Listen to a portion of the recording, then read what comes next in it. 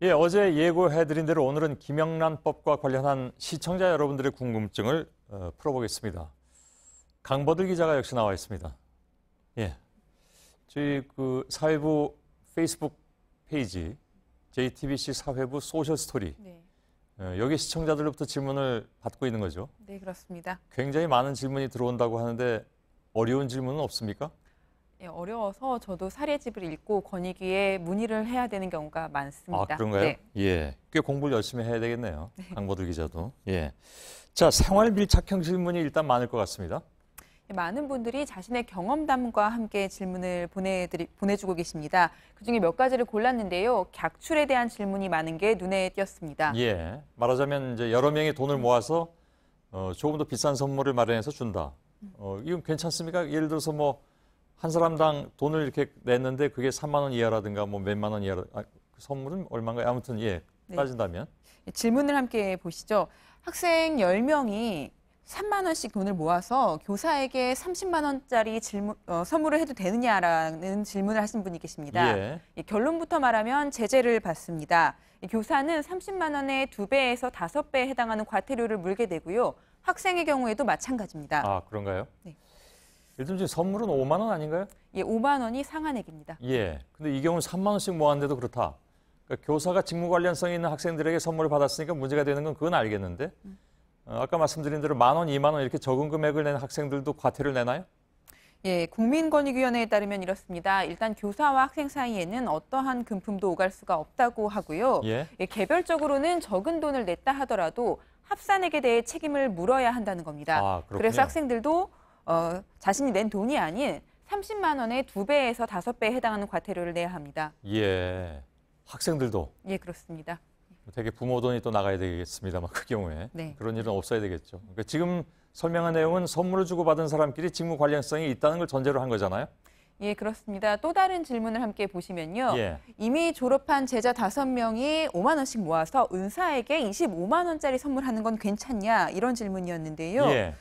이 경우에는 이미 학교를 졸업했기 때문에 평가라든지 이런 걸 하는 직무 관련성이 없다고 볼 수 있습니다. 예. 그렇지만 이 경우에도 은사가 여전히 학교에 있어서 공직자의 신분이라면 1회 상한액인 100만 원은 넘지 않도록 하는 게 맞습니다. 예.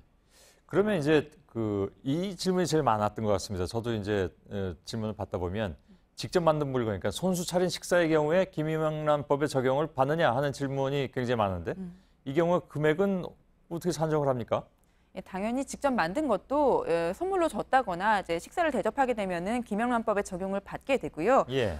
집밥의 가격을 어떻게 매기느냐 이런 질문 들어왔습니다. 예, 권익위원회에서는 영수증과 같은 객관적인 증거를 토대로 음식의 재료비를 따지면 된다고 설명합니다. 예. 이때는 그러니까 식사의 경우니까요. 재료비가 음식물 접대의 상한액이죠. 3만 원을 넘지 않으면 된다는 겁니다. 예.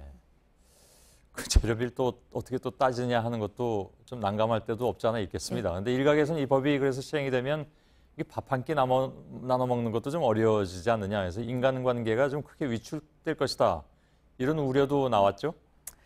예, 본인과 정말 가까운 친구가 그리고 본인이 모두 공무원일 경우에는 그럼 서로 밥도 못 사주느냐 뭐 이런 질문도 있었는데요. 예. 그 두 사람의 소속 부처, 맡은 업무상 특별한 직무 관련성이 없다면 문제가 없습니다. 다만 직무 관련성이 없어도 둘 다 공무원일 경우에는 1회 상한액 100만 원 한도 규정을 지켜야 합니다. 예, 그렇군요.